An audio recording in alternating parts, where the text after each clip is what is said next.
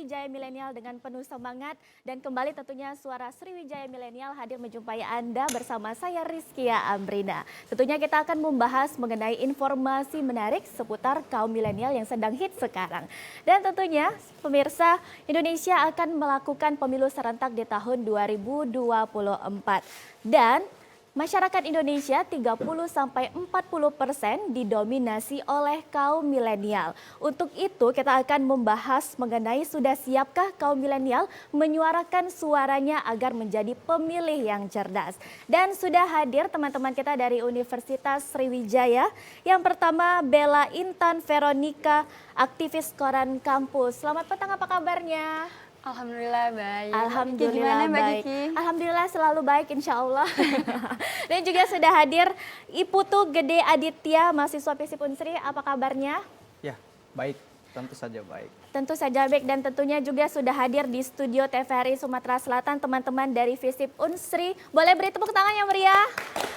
Sudah hadir juga kaum-kaum milenial perwakilan dari Universitas Sriwijaya. Dan tema kita hari ini mengenai suara politis milenial. Tapi sebelumnya kita akan berbincang dengan teman-teman kita yang sudah hadir di sini. Kita akan membahas nih, tentunya sebagai kaum milenial mempunyai suara untuk menyuarakan suaranya. Apalagi suara ini juga dipakai satu kali dalam 5 tahun. Jadi suara ini sangat berharga dan bagaimana kita akan menjadi kaum milenial yang cerdas dalam menyuarakan suaranya. Pertama nih, boleh aktivitas Bella apa saja nih sekarang? Oke, kalau aktivitas sekarang itu sibuk jadi mahasiswa akhir ya Mbak. Sibuk mahasiswa akhir. Pokoknya orang Palembang sibuk ya. Iya, sibuk terus. Terus selain itu apalagi kegiatannya? Selain itu berorganisasi di kampus ya Mbak. Selain organisasi koran tersebut juga ikut organisasi keilmiahan di kampus. Keilmiahan. Organisasi apa? Kalau yang koran kampus itu LPM Kinerja, kalau keilmiahan itu UKM Yurid Mbak. LPM itu Lembaga Pers Mahasiswa. Lembaga Pers Mahasiswa. Untuk Iputu Gede, ini saya panggilnya Aditya ya? Boleh. Boleh, biar lebih akrab ya. Kalau untuk Aditya sendiri, aktivitasnya apa saja saat ini? Kalau saya sama nih sama Mbak, siapa tadi namanya? Bella. Oh, Mbak Bella. Dia lupa nama. Jadi Mbak Bella ini semester akhir. Iya, Kebetulan sama-sama saya ya. juga semester akhir, tapi di sisi lain kesibukan saya itu kebetulan saya mengikuti organisasi yang mana namanya KMHDI, Kesatuan Mahasiswa Hindu Dharma Indonesia, yang mana organisasi ini sangat super sibuk karena sebentar lagi kami akan ada kegiatan yang namanya MPAB, Masa apa itu? Penerimaan Anggota Baru. Oke. Nah, jadi selain aktivitasnya sebagai mahasiswa akhir, tapi kita juga sebagai aktivis mahasiswa di eksternal khususnya. Di eksternal, ini berarti kakak-kakak yang akan mendidik adik-adiknya ya, maba ya biasanya Ya. mahasiswa baru. Tapi ini ngomong-ngomong masalah tema kita hari ini suara politis milenial.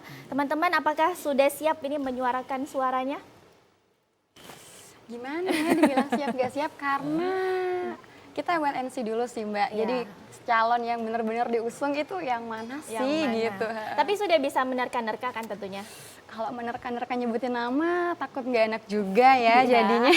Karena belum resmi ya, Iya, tapi sudah ada menerka-nerka nih kira-kira lebih suka Kira-kira ke sini nih. lebih suka yang Udah mana ada ya? atau belum juga nih kira-kira? Belum juga sih Mbak. Belum juga. Kalau Kalau untuk Aditya sendiri? Jadi gini, kalau kita berbicara mengenai politis, artinya kita di sana berbicara mengenai bagaimana politik yang ada di situasi sekarang. Ya. Nah, sebelum saya berbicara, apakah sudah ada bayangan mengenai seperti apa harusnya kita sebagai kaum milenial untuk menghadapi tahun politik yang sudah dekat ini. Nah, jadi kita harus memahami yang namanya dinamikanya dulu Oke, gitu. Jadi dinamikanya gimana jadi nih kalau kira-kira? berbicara mengenai siapakah yang akan nanti saya pilih, nah itu adalah sesuatu hal yang mungkin sangat jauh yang harus dibicarakan sekarang. Tetapi yang perlu kita tanyakan adalah bagaimana keadaan politik Indonesia pada saat ini, sehingga bagaimana dan seperti apa harusnya kaum milenial menghadapi ataupun menyikapi dinamika politik yang ada di Indonesia. Tapi Aditya sendiri sudah ada nih, sudah apa ya, menerka-menerka lah kira-kira ini nih kayaknya pantes nih Siapa udah nih ada gitu? atau masih ambang nih kira-kira? Yang jelas kalau menerka-nerka itu saya adalah orang yang aktif di media sosial. Baik. Artinya kita bisa lihat teman-teman, kita bisa melihat bahwasanya para pemimpin-pemimpin kita yang terlihat di media sosial, maka saya rasa itu adalah strategi mereka. Strategi mereka untuk menarik perhatian kita, teman-teman. Perhatian kita yang mana saya tidak akan sebut nama di sini. Iya. Tetapi teman-teman bisa menyimpulkan sendiri siapa yang kira-kira yang terlihat antara para pimpinan kita itu, entah itu pimpinan daerah, pimpinan provinsi maupun pimpinan negara kita ataupun yang lainnya, kita bisa menyimpulkan bahwasanya ternyata para pimpinan yang akan mencalonkan diri lagi di 2 tahun lagi ya, 2024 itu sudah terlihat sebenarnya. Jadi sehingga kita bisa membayangkan, oh ternyata mereka ini sudah mempersiapkan secara matang. Secara matang ya. Secara matang. Jadi kita ini bagaimana cara kita supaya tidak terbohongi dengan strategi yang mungkin bisa membuat kita tergiur. Oke. Artinya jangan mudah menyimpulkan. Benar, Nah, jangan mudah mudah menyimpulkan. Apalagi sekarang di media sosial itu sudah mudah sekali Benar penyebaran sekali. hoax dan Benar. juga berita-berita miring lainnya. Tapi saya penasaran nih untuk teman-teman dari Visip Unsur yang sudah hadir di studio TVRI Sumatera Selatan, sudah siap menyuarakan suaranya? Sudah. Siap, ini kompak ya. Harus siap dan juga kita harus menjadi pemilih yang cerdas. Tapi nih berbicara dengan yang dikatakan oleh Aditya tadi bahwa teman-teman milenial itu sudah aware nih, sudah dari media sosial khususnya apalagi ya. Berarti teman-teman sudah merasa apa ya kalau bisa dibilang sudah diangin-anginin sama teman dari calon-calon, apalagi di baliho sekarang tuh sudah banyak nih udah banyak banget sih. calon-calon. Tapi untuk menurut Bella sendiri nih, kira-kira gimana nih dengan calon-calon ini yang sudah menyuarakan dari tahun sekarang nih, sudah apa ya iklan terus bahasanya Iklan terus ya. Udah Kira-kira promosi gimana? dari jauh-jauh hari. Kalau mungkin Bella dari sisi ekonomi ya Mbak, ngelihat calon pemimpin-pemimpin kita lah ya, yang kita gunain suaranya 1 kali dalam 5 tahun itu ngelihat dari produktivitasnya Mbak. Jadi ibarat kata tuh mereka itu pencari kerja dan kita HRD-nya gitu. Oke. Iya, kalau HRD ngehadapin pekerja itu biasanya ngelihat portofolio dong. Iya. Portofolionya udah ngapain aja selama sebelum jadi calon gitu. Oke. Udah ngelakuin apa aja dan udah berapa lama gitu. Tapi lagi dan lagi kalau di ekonomi ngelihat produktivitas itu nggak selalu ngelihat berapa lama dia ada di sana dan seberapa banyak hal yang dia lakuin gitu. Oke. Kayak contohnya nih misalnya Mbak kerja misalnya ya 20 hari dapatnya 1 juta. Saya kerja 2 hari itu dapat 300.000. Hitungannya saya lebih produktif daripada Mbak. Nah, artinya untuk melihat calon-calon yang ya mungkin bisa kita pilih itu ngelihat dari produktivitasnya. Berarti ngelihat produktivitasnya dari mana nih? Dari media sosial atau gimana? Kita jangan bertumpu dari media sosial aja sih Mbak, Oke. karena kayak yang dikatakan tadi sama teman kita Kak Adit itu ya. Apa yang kita lihat di media sosial ini belum tentu benar sih. Karena tentu semuanya benar. udah di make upin secantik mungkin gitu ya. Pinter. Sudah difilter ya. Tapi menurut Adit gimana nih yang sudah mungkin calon-calon yang sudah mulai iklan, sudah mulai show terus nih, kira-kira gimana? Oke, yang jelas kalau kita berbicara mengenai kembali lagi bahwa politik ini merupakan sangat kompleks ya. Nah, kalau kita memandang mengenai kacamata, kebetulan saya anak ilmu sosial, ilmu politik, jurusan administrasi negara. Jadi saya juga pernah belajar mengenai bagaimana sebenarnya arti kemudian implementasi dari politik itu sendiri. Nah, jadi kalau kita berbicara mengenai politik ini, di sini kita bisa melihat teman-teman bahwasanya orang-orang yang kita lihat di media sosial, benar dikatakannya Mbak kita di sebelah kiri saya ini, Iya. bahwasanya itu tidak menutup kemungkinan itu tidak sama seperti apa yang ada di kenyataannya. Nah, jadi di sini saya bukan hanya berbicara untuk siapa yang akan mencalonkan dirinya nanti dan juga bagaimana cara mereka mempromosikan dirinya. Tetapi saya mengutip dan membahas bahwasanya kita sebagai kaum milenial. Jadi kita sebagai kaum milenial, kalau menurut pengalaman saya, ya, ini saya tidak menyamaratakan ini Mbak. Oke, Tetapi dari survei-survei yang mungkin saya lakukan. teman-teman yang seumuran saya, kelahiran tahun 98, 90, ataupun 2000-an, kalau sudah berbicara politik, itu pada tahun ini itu sangat berkurang sekali. Sangat berkurang sekali. Keinginan untuk berbicara politik itu sangat berkurang. Nah, adapun beberapa hal yang saya bisa menyatakan hal itu. Tapi nanti dinyatakannya ya. Nanti dinyatakannya. Jadi hal itulah yang Iya. bisa saya sampaikan. Setelah jeda berikut ini tentunya tetaplah bersama kami dalam Suara Sriwijaya Milenial.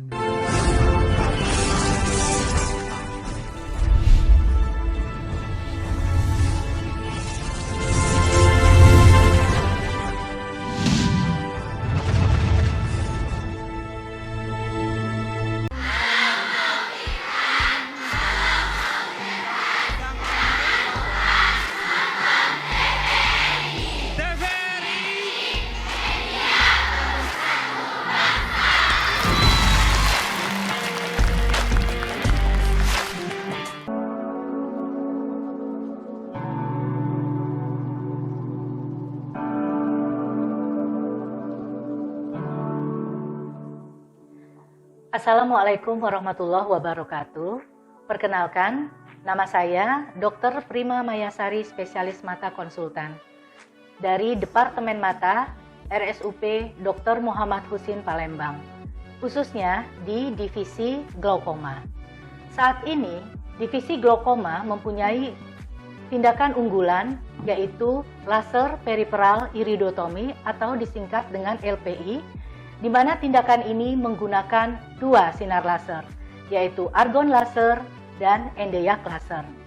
Apabila kita mempunyai gejala seperti sakit kepala, kemudian merasa penglihatan buram, ataupun suka tidak fokus terhadap sesuatu dan mata juga mudah lelah, maka sebaiknya kita melakukan pemeriksaan mata secara lebih detail. Dengan melakukan screening mata, maka akan dapat diketahui ada atau tidak kelainan-kelainan yang terjadi pada mata kita.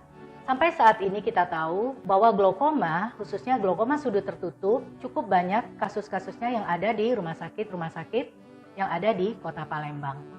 Salah satu unggulan dari divisi glaukoma itu adalah penanganan dengan menggunakan laser periferal iridotomi.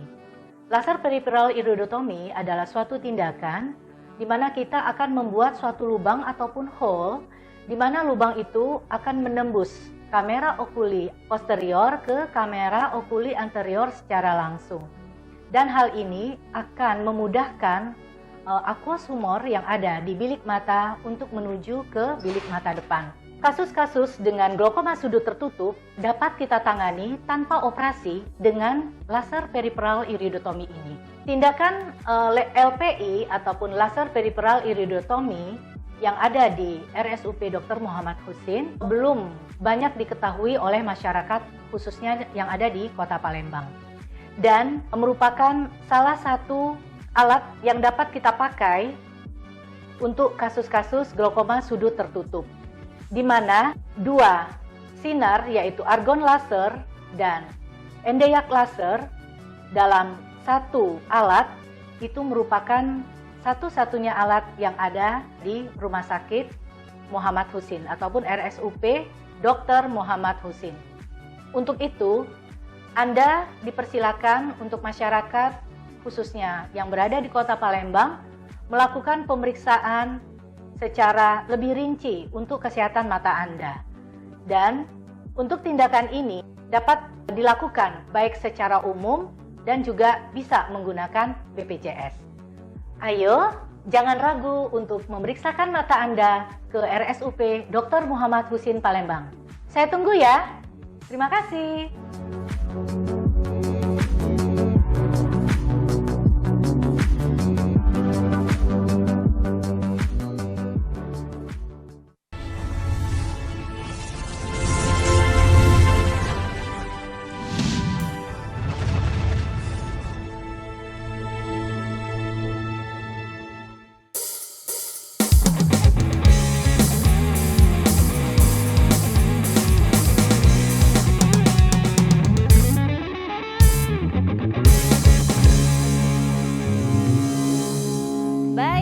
kembali Suara Sriwijaya Milenial dan kita masih membahas mengenai suara politis milenial. Dan untuk pemirsa yang ingin bergabung melalui line telepon di 0711-311-454. Dan mungkin nanti untuk teman-teman yang sudah hadir di Studio TVRI Sumatera Selatan yang ingin berdiskusi ataupun bertanya atau mungkin saya tanya balik juga boleh ya.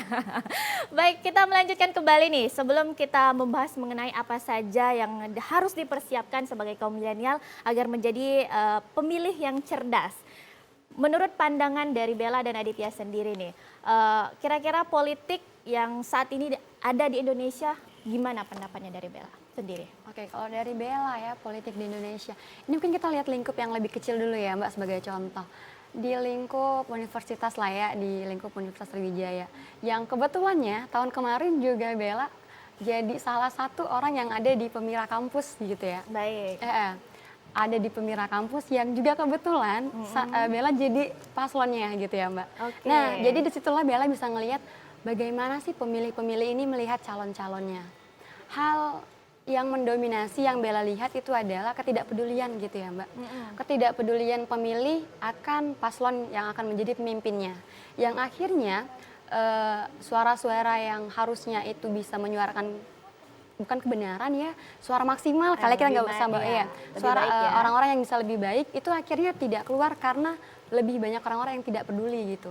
Tidak peduli karena tidak ingin mengenal calon juga atau gimana menurut Bella sendiri? Kalau yang Bella lihat ya Mbak, benar-benar oh ya udah sih siapa aja yang calonnya ya udah yang terjalan juga itu lagi gitu. Karena mungkin pemikirannya suaranya nggak berharga kali ya, padahal suaranya itu sangat berharga. Untuk Aditya sendiri nih gimana untuk pandangan politik di Indonesia sekarang? Jadi kita berbicara sekarang mengenai SDM ya, sumber daya manusianya. Artinya kita sebagai kaum milenialnya. Kalau berbicara mengenai SDM, tentu setiap orang ini memiliki pemahaman yang berbeda, pengertian yang berbeda apa itu politik. Nah, jadi kalau kita berbicara perihal bagaimana politik yang ada di Indonesia sekarang, maka di sini saya akan lebih mengkerucutkan ke milenialnya, pemudanya atau orangnya. Nah, kalau sepemahaman dan sepengertian dan sepengetahuan saya, teman-teman yang seumuran mungkin yang bisa dikatakan kaum milenial ya, ini sangat berkurang daya tarik untuk memahami apa itu politik. Apalagi mengikuti bagaimana berjalannya politik. Artinya teman-teman, di sini saya mengajak teman-teman bahwasanya yang menjadi hal yang sangat penting bahwasanya itu adalah kaum milenial itu sendiri untuk setidaknya kalau kita tidak paham dan tidak mengerti apa itu politik, kita tahu. Gitu. Harus tahu. Harus tahu. Karena apa? Politik ini bukan hanya tentang kekuasaan teman-teman. Politik ini bisa di kampus, bisa di dalam keluarga, bisa. Artinya saya mengambil kesimpulan untuk pertanyaannya ini adalah marilah kita sebagai kaum milenial jangan buta apalagi apatis terhadap politik. Seperti itu. Tidak apatis ya. Tidak apatis atau harus peduli dengan dinamika politik yang ada. Baik, mungkin sebagai kaum milenial sendiri nih, apa saja yang dipersiapkan agar menjadi pemilih yang cerdas dan mungkin bisa dibilang suaranya tidak mudah dibeli.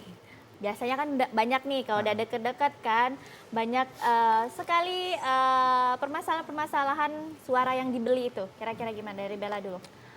Kalau suara yang dibeli itu sering kita dengarnya serangan fajar ya Mbak. Serangan fajar ya. Kalau untuk apa ya kita ngelihat pemilih yang suaranya dibeli itu sayang banget nggak sih suara kita yang 5 tahun sekali digunain dibeli cuman dengan uang 100.000 gitu ya. Yang padahal yang kita gadaikan adalah sebuah negara gitu ya Mbak, sebuah negara yang hanya dihargai 100.000. Itu cukup kolot sih Mbak kalau misalnya cukup menyedihkan ya. Ya gimana ya Mbak, sangat menyedihkan gitu ya Mbak karena berdampak banyak banget gitu ya Mbak. Berdampaknya ada dari sisi ekonomi, sisi kesejahteraan yang pastinya itu akan langsung berdampak ke diri kita sendiri sih Mbak. Tapi yang dipersiapkan dari Bella sendiri nih agar menjadi pemilih yang cerdas apalagi sebagai kaum milenial. Oke, kalau ngelihat apa sih yang Bella persiapan nih ya Mbak untuk pemilu 2024 sebagai milenial. Ya yang pertama ya Mbak, kita ngelihat nih di berita, ini kira-kira nih siapa nih yang keluar gitu kan, kayak yang udah Mbak bilangin tadi. Kira-kira yang keluar ini dari background yang mana? Apakah background ini lagi? Atau mungkin ternyata ada orang baru, bintang baru yang hai gitu, aku membawa perubahan untuk Indonesia gitu ya. Nah mungkin dari paslon-paslon yang akan keluar ini kita udah bisa lihat, kita bisa lihat juga dari gimana kesehariannya, kita juga bisa lihat ya kalau tingkat mahasiswa lah ya Mbak harus ngerti gimana sih karakter pemimpin yang harus kita pilih gitu ya. Berarti bisa dibilang kepo ya? Iya harus kepo. Keponya nggak cuma di Instagram beliau sendiri, yang itu di make upin beliau sendiri gitu ya. Berarti dari mana nih? Biasanya dari Google juga? Biasanya dari berita-berita. Dari berita. Kita berharap besar nih ya kalau berita-berita itu benar-benar memberitakan sesuatu yang jujur. Jadi itulah pedoman kita untuk memilih siapa nih yang akan kita pilih di 2024. Oke, harus menjadi pedoman juga karena mungkin di media sosial sangat mudah sekali ya menyebarkan siapa aja bisa. ujar kebencian, hoax itu sangat mudah sekali. Tapi untuk Aditya sendiri apa nih yang dipersiapkan sebagai kaum milenial untuk menjadi pemilih yang cerdas?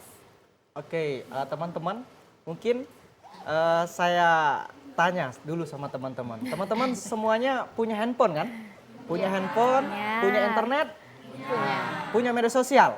Punya. Itu adalah jawaban yang sangat mutlak dari saya. Artinya kita harus bisa memilah dan memilih apa informasi yang muncul di dalam media sosial kita. Itu yang pertama. Bagaimana caranya? Ada dua. Satu pemahaman, yang kedua adalah partisipatif dari kita. Nah, yang saya akan jelaskan yang pertama yaitu pemahaman. Pemahaman ini banyak dan kompleks teman-teman.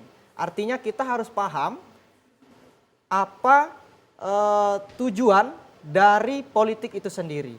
Artinya orang yang ingin menjadi atau ingin menjadi seorang DPR nih, ini contoh ya, menjadi seorang DPR.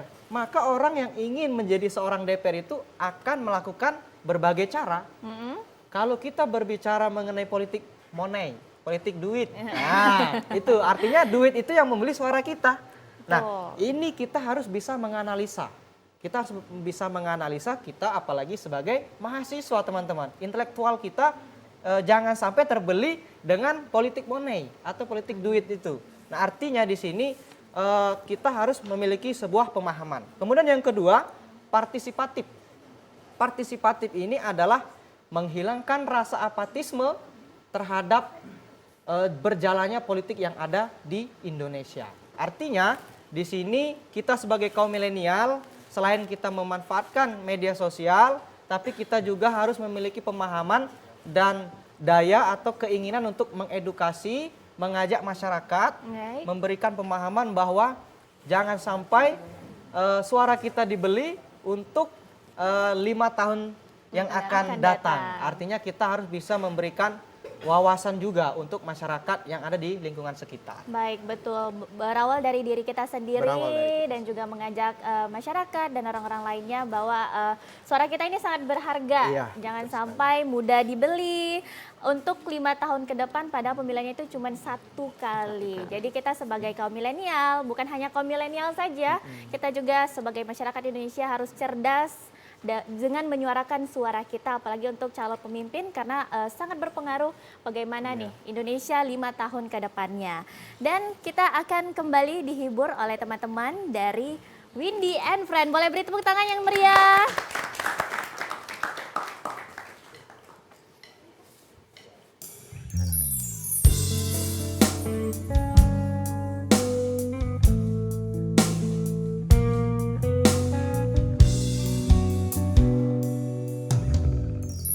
Kusimpan masa demi masa, tak mudah untuk terlupa saat kau masih di sisi, hingga saat kau datang.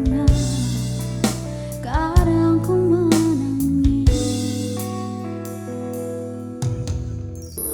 tetaplah diriku di sini, masih seperti yang dulu.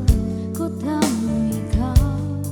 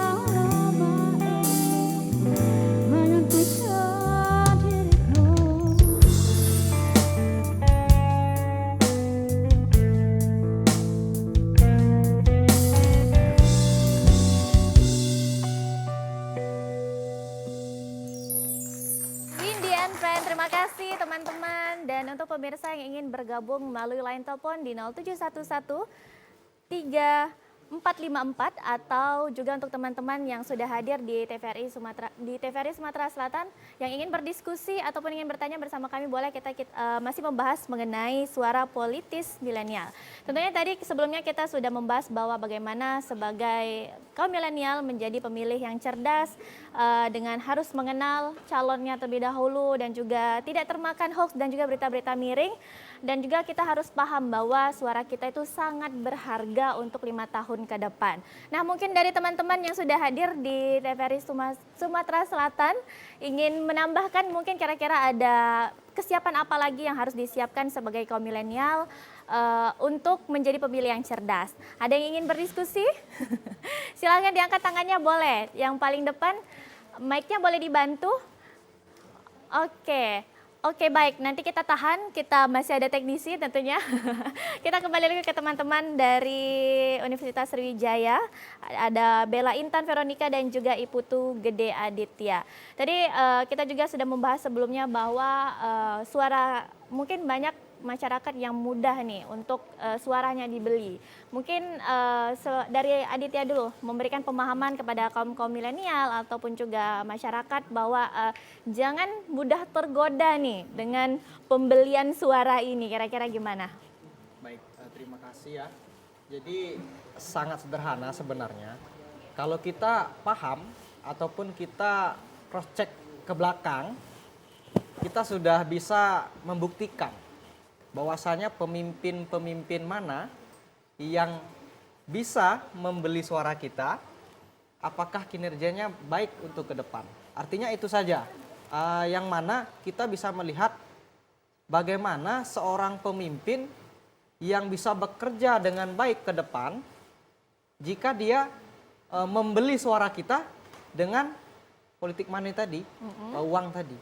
Nah, kecuali dia membeli suara kita dengan yang disebut sebagai gagasan, kemudian program kerja dan lain sebagainya. Jadi yang kita lihat ya, mungkin masyarakat seluruh Sumatera Selatan dan juga teman-teman dimanapun kita berada, bahwasanya kita harus memahami apa yang dibawa, gagasan apa yang dibawa oleh pemimpin yang akan kita pilih. Baik. Kemudian kita harus melihat backgroundnya juga. Jadi di situ kita harus sadar bahwasanya jangan sampai suara kita dibeli dengan satu ataupun dua kertas yang mungkin itu bisa merugikan kita 5 tahun ke depan. Baik, berarti bukan hanya mengenal backgroundnya saja, kita juga harus mengetahui nih program kerja. Karena program kerja ini juga menentukan bagaimana kebijakan yang ada di Indonesia. Ya, mau dibawa kemana Indonesia ini? Betul. Untuk Bella sendiri nih, kira-kira bagaimana untuk kaum milenial ataupun masyarakat agar tidak mudah menjual suaranya dan dibeli suaranya, kira-kira gimana? Saya akan sedikit menyambung yang sudah disampaikan teman saya terkait edukasi ya Mbak. Apalagi kita kalau ngelihat kaum milenial itu terhitung dari tahun 80-an.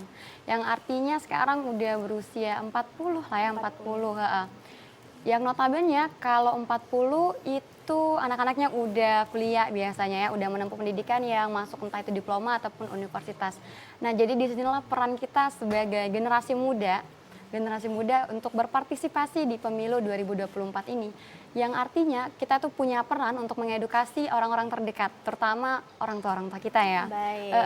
Kita sebagai mahasiswa yang punya pemahaman terkait pendidikan, terkait bagaimana melihat calon pemimpin, disitulah peran kita berfungsi untuk pemilu 2024. Dan juga untuk bukan orang tua lah ya, untuk orang-orang yang berusia 40. Iya, itu kalau misalnya ngelihat mani atau juga sekarang nggak usah di mani aja ya, bisa Cuan lewat. Ya. Gimana nih? Jadi untuk orang-orang yang sudah berusia di atas 40 itu mungkin bisa bertanya di sekitar-sekitarnya yang notabene mungkin punya sepupu, punya ponakan keluarga gitu. Iya, ya. punya keluarga yang kita percaya nih beliau atau anak ini tuh berpendidikan gitu. Jadi kita bisa bertanya bagaimana sih karakter pemimpin yang benar, atau mungkin siapa sih kira-kira yang di antara calon-calon ini yang bagus untuk kita pilih gitu. Berdiskusi bersama keluarga Iya, juga ya. Iya Mbak. Baik, tentunya tadi kita agak terputus bahwa teman-teman yang sudah hadir di studio TVRI Sumatera Selatan ingin berdiskusi atau bertanya, boleh yang paling depan silakan berdiri, sebutkan namanya.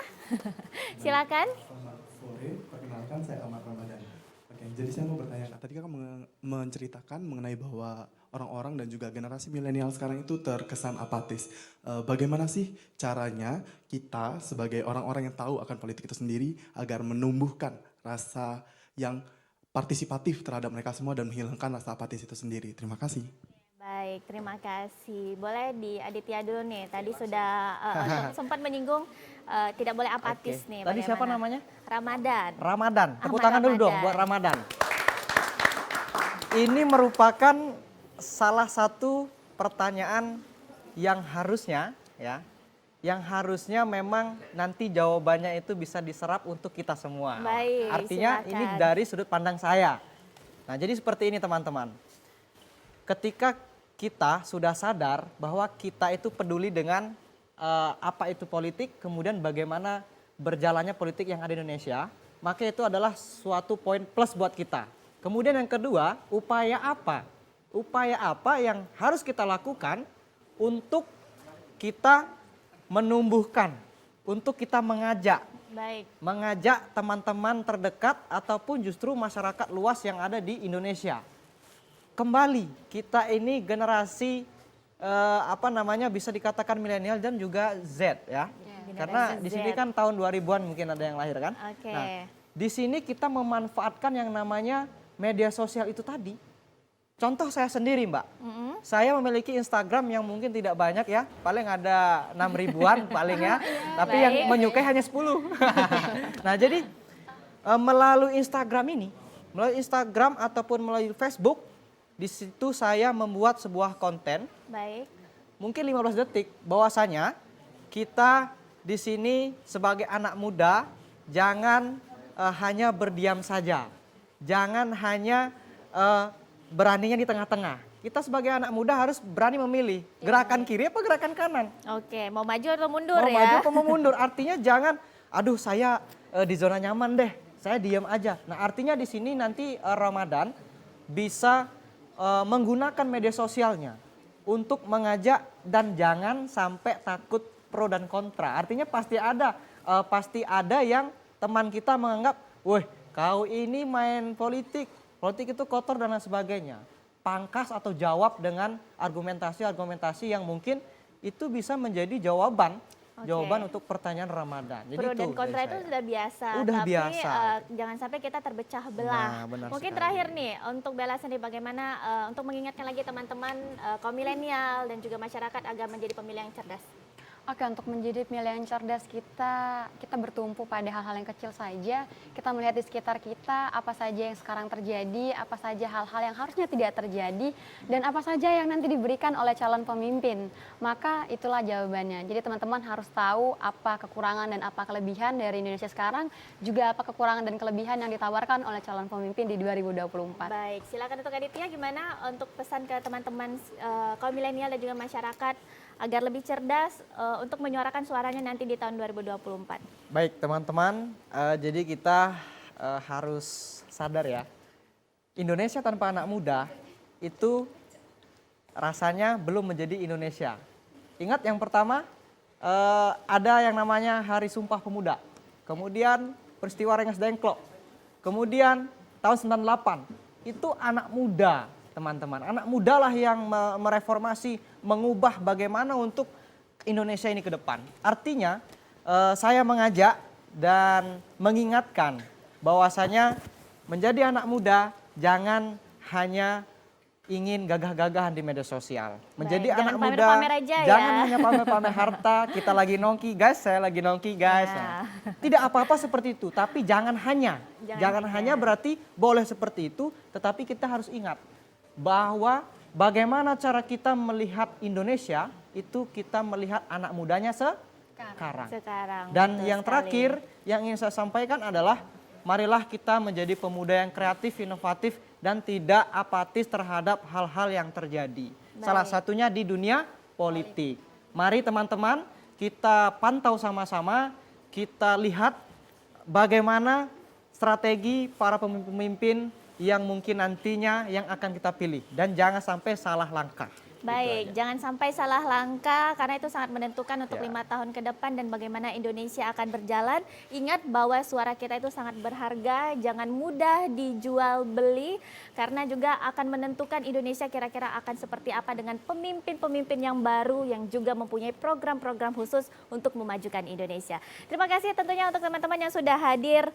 Bella Intan Veronica dan juga Putu Gede Aditya sudah berbincang di Suara Sriwijaya Milenial dan juga terima kasih untuk teman-teman Visip Unsri sudah hadir di studio TVRI Sumatera Selatan. Boleh beri tepuk tangan yang meriah. Dan saya Rizky Amrina beserta kru yang bertugas pamit undur diri. Terima kasih atas kebersamaan Anda. TVRI Media Pemersatu Bangsa dan sampai jumpa. Kita sambut kembali teman-teman Windy and Friend. Boleh beri tepuk tangan.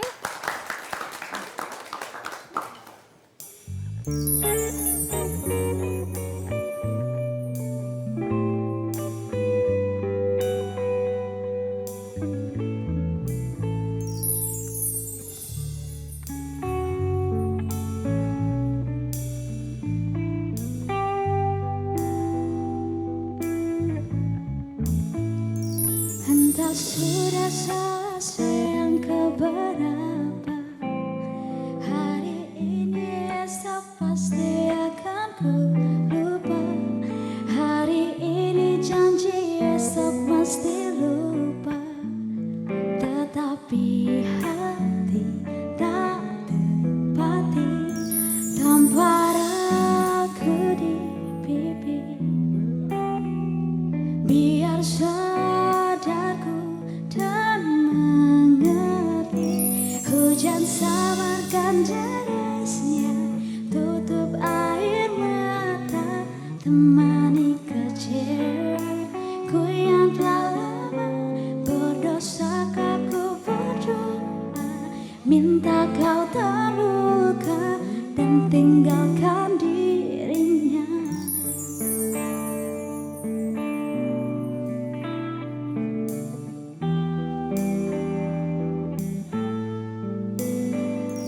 Hari ini esok janji pasti lupa.